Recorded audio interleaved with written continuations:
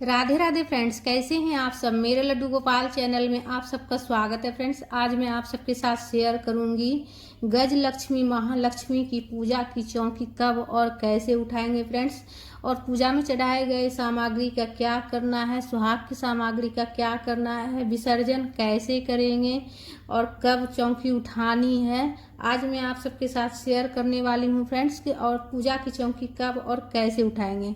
तो देखिए, इस बार जो है ना 11 तारीख से 24 तारीख तक, 24 सितंबर तक माता की पूजा की गई है। तो आपको पूजा की चौकी जो है ना आपको अगले दिन उठाना है। 25 सितंबर को आपको पूजा की चौकी उठानी है।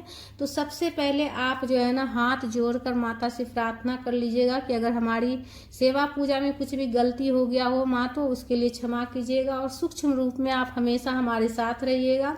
इस प्रकार से बोलते हुए अगर आप कलश स्थापन किए हैं तो सबसे पहले कलश को हिला लीजिएगा, उसके बाद आप पूजा की चौकी को आप हल्का से हिला लीजिएगा। उसके बाद जो पूजा में प्रसाद वगैरह चढ़ाए हैं वो पूरा परिवार ग्रहण कीजिएगा। उसके बाद जो धातु का अगर दीपक आपने प्रज्वलित किए हैं तो उसे साफ करके आप पूजा में फिर से इस्तेमाल कर सकते हैं। अगर मिट्टी के किए हैं तो आप विसर्जन करने के लिए रख लीजिएगा। पान वगैरह जो चढ़ाए हैं अगर घर में कोई खाने वाला हो तो खा सकते हैं, नहीं तो आप विसर्जन कर लीजिएगा। विसर्जन करने के लिए सारा सामग्री पहले पुष्प वगैरह, पान हुआ, दुर्वा हुआ जो गणेश जी को चढ़ाए, ये सारा सामग्री एक जगह इकट्ठा आप कर लीजिएगा। जनेऊ अगर घर में कोई पहनने वाला हो तो पहन सकते हैं, नहीं तो आप विसर्जन करने के लिए रख लीजिएगा। ठीक है। और गणेश जी की मूर्ति अगर आप विसर्जन करने के ख्याल से आप विराजित किए हैं तो विसर्जन कर लीजिएगा। विसर्जन आपको कहाँ और कैसे करना है वो भी मैं आपको बताऊंगी। और अगर घर के मंदिर में आप रखना चाहें तो आप वापस मंदिर में आप रख कर पूजा कर सकते हैं। ठीक है फ्रेंड्स। और जो सुहाग की सामग्री वगैरह चढ़ाए हैं, जितना भी सुहाग की सामग्री चढ़ाए हैं, तो ये माता का आशीर्वाद है इसमें, और लक्ष्मी माता का आशीर्वाद स्वरूप आप खुद भी ग्रहण कर सकते हैं या फिर आपके परिवार में जितने भी सुहागने हैं वो सब मतलब इस्तेमाल कर सकती है। सुहाग की सामग्री है तो सभी घर के सुहागने इस्तेमाल कर सकती है, और लक्ष्मी माता का आशीर्वाद है इसमें, तो इसीलिए से आप भी इस्तेमाल कर सकते हैं और घर में जितनी सुहागिन है सभी इस्तेमाल कर सकती है।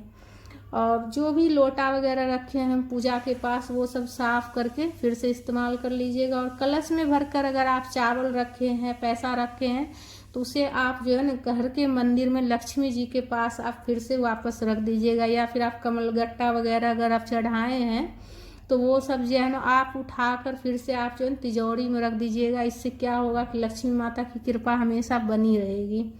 तो घर के मंदिर में भी आप रख सकते हैं या फिर तिजोरी में भी रख सकते हैं फ्रेंड्स। और माता के पास भी जो पैसा चढ़ाएं उसे हम जो है ना तिजोरी में रख देंगे। ठीक है। बाद में हम पूजा के लिए ही कुछ सामग्री इससे खरीद लेंगे। लक्ष्मी पूजा का जो भी सामान मतलब चीज़ रहता है जैसे पैसा वगैरह, ये सब जो है ना दान नहीं किया जाता है, इसलिए कि लक्ष्मी माता की पूजा किए हैं तो ये पैसा हम घर में ही रखेंगे, अपने तिजोरी में रखेंगे। बाद में जब इकट्ठा हो जाएगा तो हम घर के मंदिर के ही पूजा का कुछ सामग्री खरीद लेंगे। उसके बाद देखिए, अगर आप मिट्टी से बना हुआ लक्ष्मी माता की पूजा किए हैं तो आप विसर्जन कर लीजिएगा। विसर्जन आप जो है ना कहीं मतलब आसपास कहीं नदी वगैरह, तालाब हो या नदी हो तो उसमें आप विसर्जन जाकर कर लीजिएगा। ठीक है। नहीं तो अगर आप छोटा सा अगर मूर्ति है घर पे ही अगर आप विसर्जन करना चाहते हैं तो आप एक बड़ा सा पात्र में जल भर लीजिएगा और उसमें थोड़ा सा गंगा जल मिला लीजिएगा और उसी में आप जो है ना मूर्ति का विसर्जन कर लीजिएगा।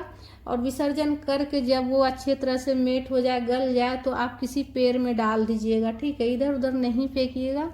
आप तुलसी के पेड़ को छोड़कर आप किसी भी पेड़ में आप डाल दीजिएगा। कोई भी फूल पत्ती का पेड़ पौधा हो उसमें आप डाल दीजिएगा। और पूजा में जो अक्षत वगैरह चढ़ाए हैं उसका प्रसाद मतलब खीर बनाकर पूरा परिवार ग्रहण कर लीजिएगा। लक्ष्मी माता की पूजा की सामग्री घर से बाहर इधर उधर नहीं जाती है। सिर्फ जो है ना आप अगर विसर्जन करना चाहते हैं तो आप गंगा नदी वगैरह में आप जाकर विसर्जन कर सकते हैं, नहीं तो आप घर पर भी विसर्जन कर सकते हैं। पुष्प वगैरह किसी गमले में डाल दीजिएगा, खाद बन जाएगा।